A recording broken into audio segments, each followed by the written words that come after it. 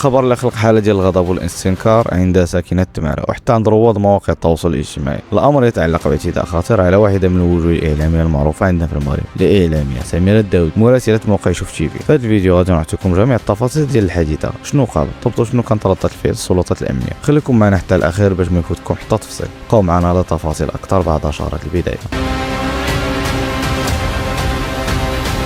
السلام عليكم ورحمة الله تعالى متتبعينا الكرام، مرحبا بكم من جديد في قناتكم أخبار.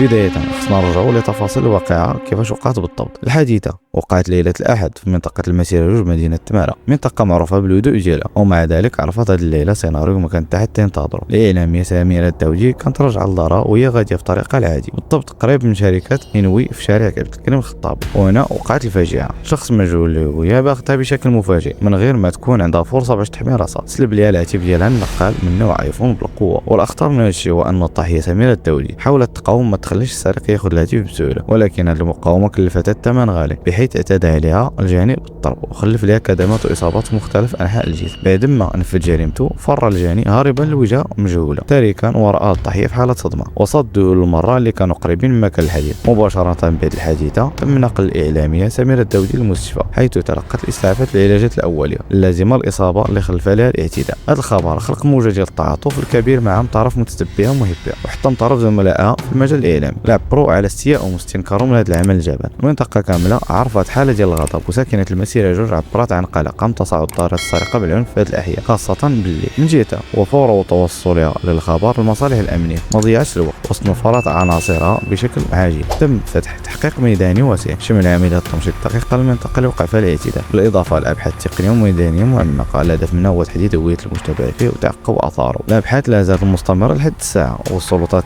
الامنيه عازمه على توقيف الجاني واحالته على العداله في اقرب وقت ممكن باش يتحمل المسؤوليه ديال الجريمه ديالو كامله امام القانون. هذا النوع ديال الحوادث اللي كتمس شخصيات معروفه عند الراي العام دائما كيخلق نقاش واسع حول موضوع الامر في بعض الاحياء في المغرب، خاصه في الساعات المتاخره ديال الليل. كثير من المتتبعين طرحوا تساؤلات حول الاجراءات الامنيه والوقائيه اللي خصها تعزز في هذه المناطق باش يتفادوا تكرار هذا النوع ديال الاعتداءات على المواطنين، سواء كانوا شخصيات عامه او شخصيات عاديه او مواطنين عاديين. هذه الحادثه كتبين ان ظاهره السرقه بالعنف اللي كانت في السابق مقتصره على بعض المناطق بدات كتوسع والرقعه ديالها، وشي كيستدعي تدخل اكبر من السلطات الامنيه والمعنيه. في الاخير كنتمنوا الاعلاميه سميره الداودي الشفاء العاجل، وكنتمنوا ان السلطات توصل لهذا الجانب في اقرب وقت باش ياخذ جزاءه العادل. وانتم شنو رايكم في هذه الحادثه؟ واش كتشوفوا بظاهره سرقه اختلت في تمارا وفي المغرب على العموم؟ خبرونا في الكومونتير تحت تنقراهم كامل. وهنا وصلنا للنهايه. في الاخير ما تنساوش ديروا لايك، شاركوا الفيديو وتشتركوا في القناه باش يوصلكم اخر مستجدات اول باول. كنتم مع قناتكم اخبار ولا كتجيب الحقيقه ولا شيء غير الحقيقه. شكرا على المتابعه ونتلاقاو في فيديو جديد.